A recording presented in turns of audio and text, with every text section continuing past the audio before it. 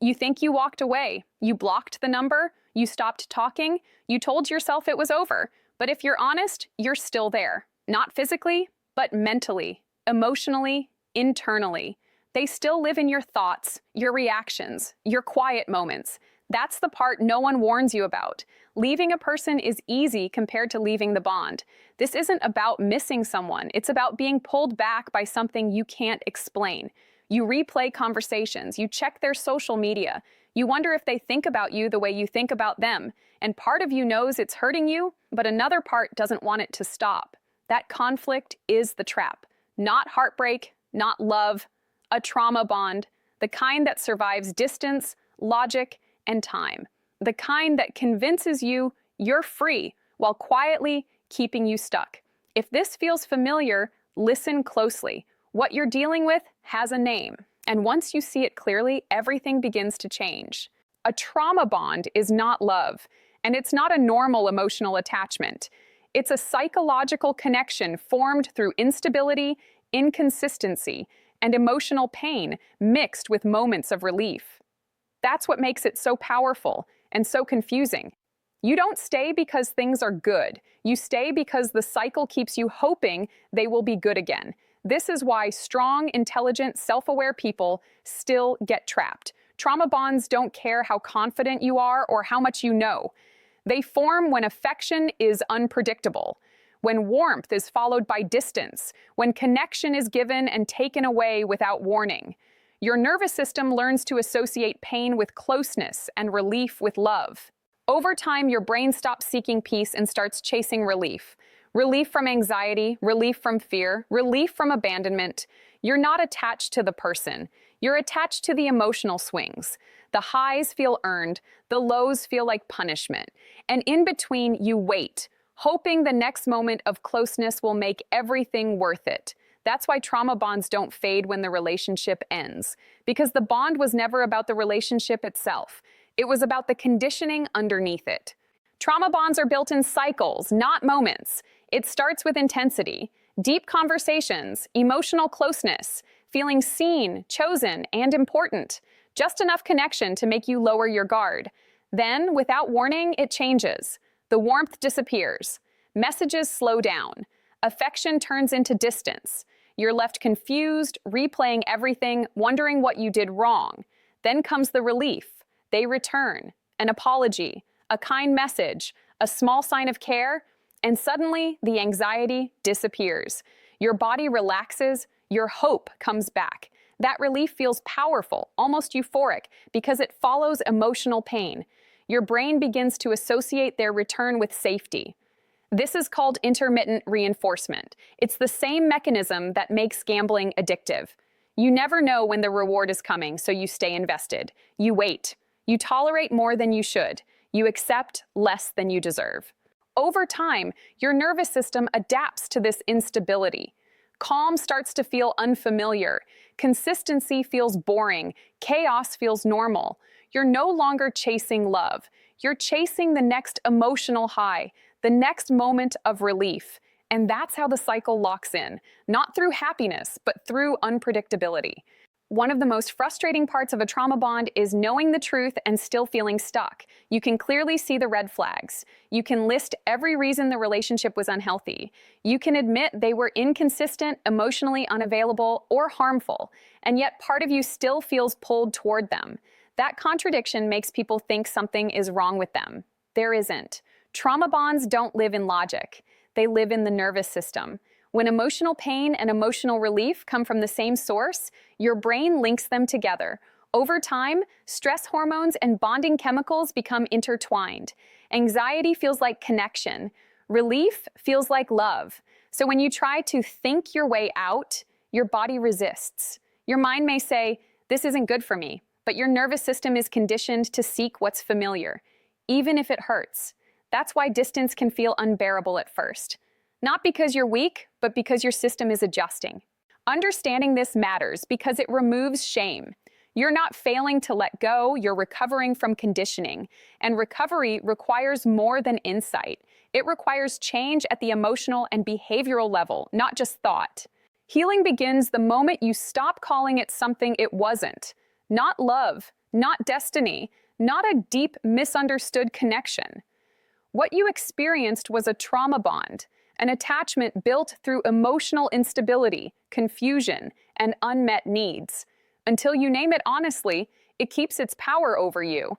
Most people avoid this step because it's uncomfortable.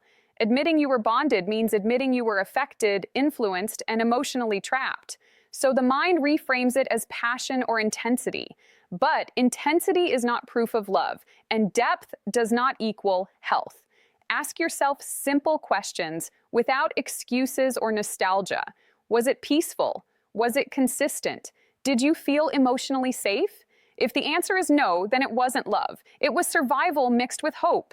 Naming the bond isn't about blaming yourself or demonizing the other person. It's about clarity. You cannot heal what you keep romanticizing. You cannot move forward while protecting an illusion. The moment you stop defending the bond is the moment you start freeing yourself from it. Breaking a trauma bond requires one difficult but necessary decision: complete emotional disengagement, not partial distance, not occasional check-ins, not silence with exceptions, complete separation. Anything less keeps the bond alive. Every message, every profile view, every late-night thought you act on reactivates the same neural pathways that kept you stuck. You're not just checking, you're feeding the bond. Healing cannot begin while emotional access remains open. This is why no contact feels extreme and why it works. Trauma bonds function like addiction. The brain looks for familiar stimulation, especially during moments of stress or loneliness. It will justify reaching out with excuses that sound reasonable, just to see how they are, just for closure, just one last time. That voice isn't intuition, it's conditioning. The first days are the hardest. Your body may feel restless. Your thoughts may race. You may feel pressure in your chest or an urge to act. This is withdrawal. It doesn't mean you're doing the wrong thing. It means you're doing the right one. Remove triggers, delete messages, block access. Create distance that protects you, not punishes you. You're not being cruel, you're being disciplined. And discipline is what weakens the bond until it can no longer control you. Once the bond is cut, a new challenge appears: silence. Without the emotional highs and lows, life can feel empty, flat, even uncomfortable. Many people mistake this feeling for loss. It's not. It's your nervous system recalibrating. Trauma bonds condition the body to expect unpredictability. When chaos disappears, peace can feel unfamiliar. That's why structure is essential. Consistent routines help retrain your system to feel safe without emotional turbulence. Wake up at the same time each day. Eat intentionally. Move your body regularly. Create daily rituals, training, reflection, prayer, or quiet focus. These actions send a message to your nervous system that stability exists without emotional drama. At first, this will feel boring. That boredom is not a sign of emptiness. It's a sign of withdrawal. Your brain is no longer receiving constant stimulation, so it searches for intensity.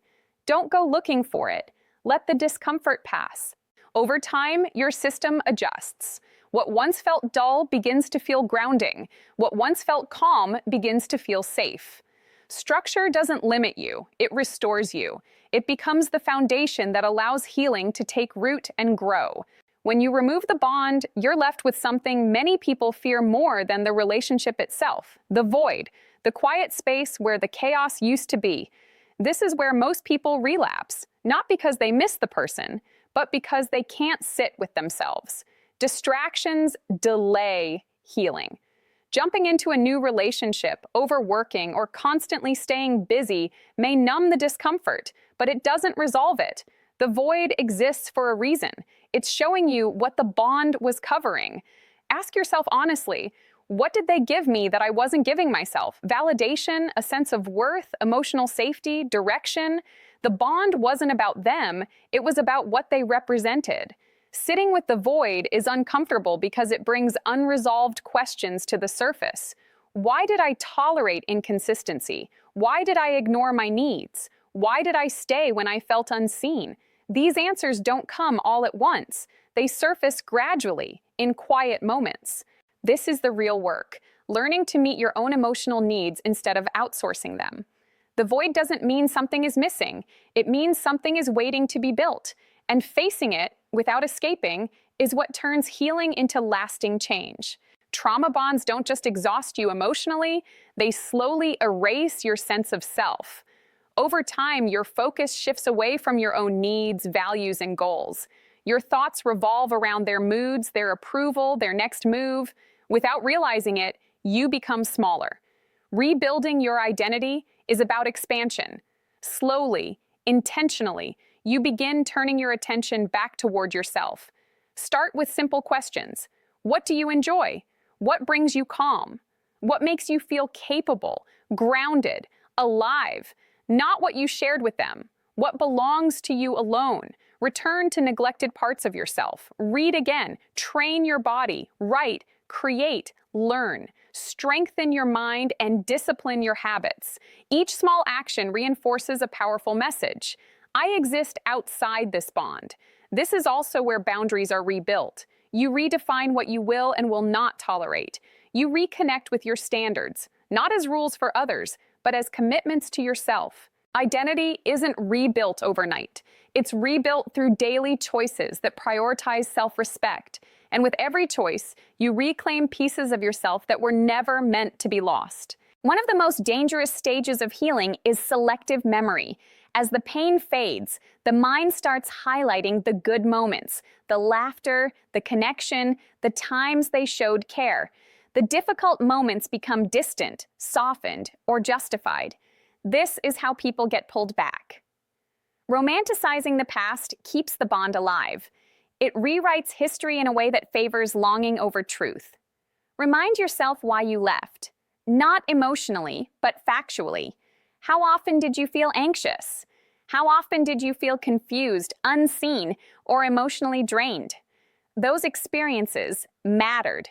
If the connection was truly healthy, you wouldn't have needed to escape it. You wouldn't be doing the work of healing now. The pain wasn't occasional, it was patterned. This doesn't mean denying that good moments existed, it means refusing to let them erase the damage. Healing requires honesty, not nostalgia. Every time you feel yourself slipping into fantasy, return to reality. Reality is what set you free, is what many people stay emotionally trapped because they're waiting for one final thing, an explanation, an apology, or a moment of understanding that makes everything make sense. They believe closure will free them. In most cases, it won't. Closure that depends on someone else keeps you tied to them. It places your healing in their hands. And trauma-bonded relationships rarely provide clean endings. Even if an apology comes, it doesn't undo the confusion or repair the emotional conditioning. Real closure is internal. It's a decision, not a conversation. You decide the chapter is over. You decide you no longer need answers from someone who couldn't give consistency. You decide that your peace matters more than their understanding. They don't need to agree with you. They don't need to accept your reasons. You're not leaving to be validated. You're leaving to be free. The moment you stop waiting for something from them, you take your power back. And that decision changes everything. Trauma bonds leave behind patterns. And if those patterns go unexamined, they repeat. This is why people often find themselves in similar relationships with different faces. The intensity feels familiar. The emotional pull feels immediate, and it gets mistaken for chemistry. But familiarity is not compatibility. It's memory. Your nervous system recognizes the pattern before your mind does. Fast attachment, emotional extremes, love that feels urgent. These are not signs of depth. They are warning signals. Protecting your future means slowing down, observing consistency over time, paying attention to how someone makes you feel in your body, not just your emotions. Do you feel calm or anxious? Grounded or on edge? Safe or uncertain? Healthy connection builds gradually. It doesn't rush intimacy or create emotional dependence. It feels steady, predictable, and respectful. That can feel unfamiliar at first, and even unexciting if you're used to chaos. But that discomfort is growth. Be selective. Walk away from inconsistency early. Honor red flags instead of explaining them away. Choosing differently is how you break the cycle, not just the bond. Healing from a trauma bond doesn't follow a straight line. Some days you'll feel clear, strong, and detached. Other days, old memories will surface, and the urge to reconnect may return. This doesn't mean you're failing. It means your system is still recalibrating. Progress isn't measured by how you feel. It's measured by what you do. You can feel weak and still choose not to act. You can miss someone and still protect your boundaries. That's growth. There's no deadline for healing, no fixed number of days where everything suddenly disappears. What changes slowly is your response.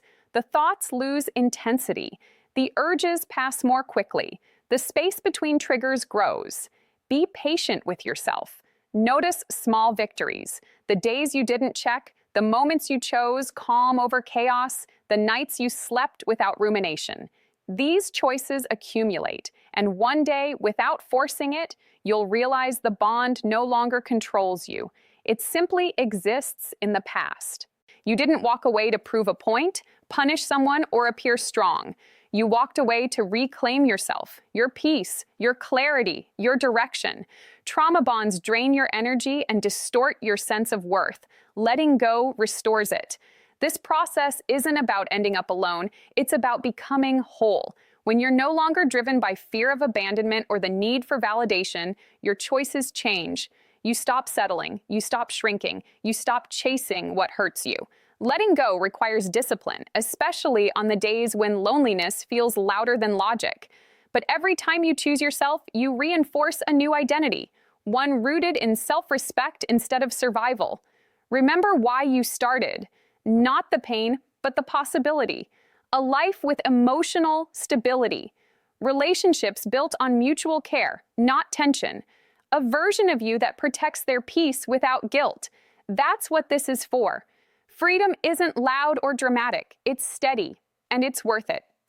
Breaking a trauma bond isn't a dramatic moment. It's a quiet commitment. It's the choice you make when no one is watching. The boundary you hold when it would be easier to give in. The space you protect even when it feels uncomfortable.